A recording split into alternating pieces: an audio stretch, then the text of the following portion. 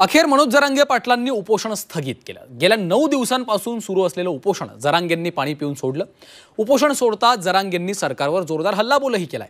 इतकंच नाही तर येत्या विधानसभा निवडणुकीमध्ये मैदानात उतरणार असल्याचे संकेतही जरांगे पाटलांनी दिले आहेत। त्यामुळे जरांगेंनी उपोषण स्थगित केलं असलं तरी टेन्शन वाढल्याचं चित्र आहे। पाहूयात। सगळा मराठा समाज त्यांचे वाट बघतो आरक्षण देण्याची। दुसरं सांगतो, त्यांच्या हाताने त्यांनी सरकार त्यांचं पाडून घेऊ नये, त्यांच्या हाताने त्यांनी सरकार त्यांचं पाडून घेऊ नये, हे त्यांना जाहीरपणाने सांगतो। अखेर 9 दिवसांनंतर मनोज जरांगेंनी आपलं उपोषण स्थगित केलं।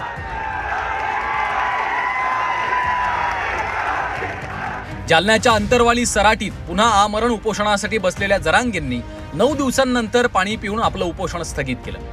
उपोषण स्थगित करत असल्याची घोषणा करताना मनोज जरांगे पाटील पुन्हा एकदा सरकारवर कडाडले।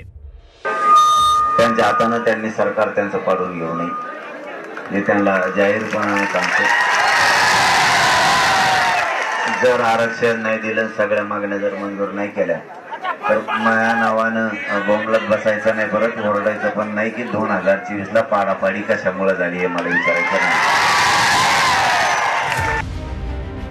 न्यायालयाने निर्देश दिल्यानंतर जरांगे पाटलांनी उपचार घेतले। त्यामुळे आता हे उपोषण स्थगित केलेलं बरं राहील असं म्हणत जरांगेंनी उपोषण स्थगित केलं। मात्र येत्या विधानसभा निवडणुकीला आपण मैदानात उतरणार असल्याचे स्पष्ट संकेतही जरांगेंनी दिले। सगळे सोयऱ्याची अंमलबजावणी न झाल्यास 288 मतदारसंघात उमेदवार देणार असल्याचं जरांगेंनी म्हटलेलं आहे। विधानसभेच्या 100 मतदारसंघांची चाचपणी सुरू झाली आहे। भाजपचे 100 उमेदवार पाडणार, 288 मतदारसंघात लढायचं की पाडायचं हे अद्याप ठरलेलं नाहीये।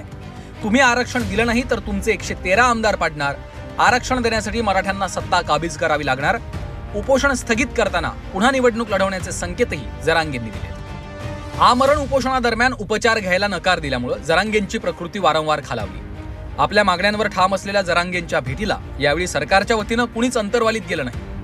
छत्रपती संभाजीराजे, आमदार राजेश टोपे, राजरत्न आंबेडकरांनी अंतर्वालीत जाऊन जरांगेंची विचारपूस केली। एरवी जरांगेंनी उपोषणाचं अस्त्र उगारल्यानंतर सरकारची पावलं अंतर्वालीकडे वळतात। मात्र यावेळी सरकारच्या कुठल्याच प्रतिनिधीनं जरांगेंची भेट घेतली नाही। नुकतीच मंत्रिमंडळ उपसमितीची बैठक झाली आहे। त्यात सगळे सोयरे अधिसूचनेसह हैदराबाद गॅझेटबाबत चर्चा झाल्याची माहिती आहे। हैदराबाद, मुंबई आणि सातारा गॅझेटबाबत कमिटीसोबत चर्चा झाल्याचं सरकारचं म्हणणं आहे। त्यातच जरांगेंनी उपोषण मागे घेतलं असलं तरी निवडणुकीत उतरण्याचे संकेत दिले।